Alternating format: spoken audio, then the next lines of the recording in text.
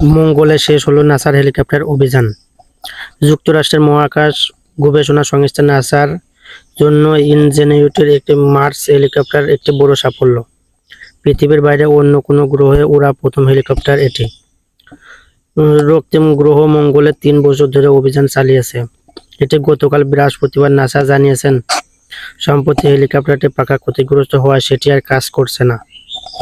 ইনজেনিউটির আকার এটি টিস্যুর বক্সের মতো, ওজন মোটামুটি 2 কেজি। হেলিকপ্টারটি মঙ্গলে পাঠানো হয়েছিল নাসার পারসিভারেন্স রোভারের সঙ্গে। সেখানে এটি প্রথম আকাশে উড়েছিল 2021 সালে 19 এপ্রিল।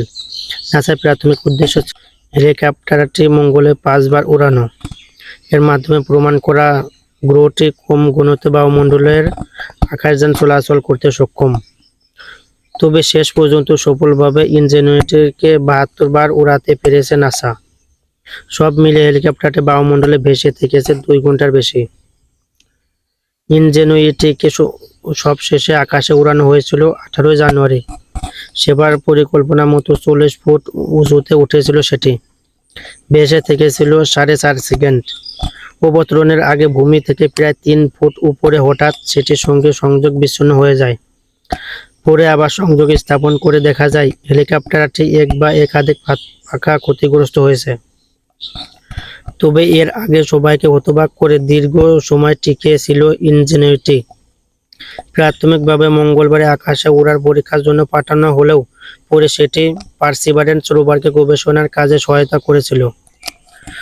শত শত কোটি বছর আগে মঙ্গলে প্রাণের অস্তিত্ব ছিল কি না তা জানার চেষ্টা করেছিল পারসিভারেন্স।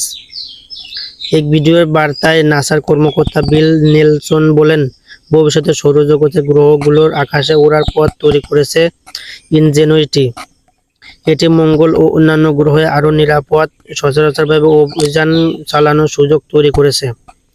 গত শতকের শুরুর দিকে পৃথিবীর একই কাজ করেছিলেন রাইট ভাইয়েরা, উড়োজাহাজের আবিষ্কারক। এদিকে ইনজেনিউটির পর আরেকটি হেলিকপ্টার মহাকাশে পাঠাতে যাচ্ছে নাসা।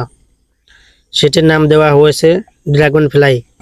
সবকিছু ঠিকঠাক থাকলে 2028 সালে পারমাণবিক শক্তিচালিত এই হেলিকপ্টারটি পাঠানো হবে শনি গ্রহের সবচেয়ে বড় উপগ্রহ টাইটানে।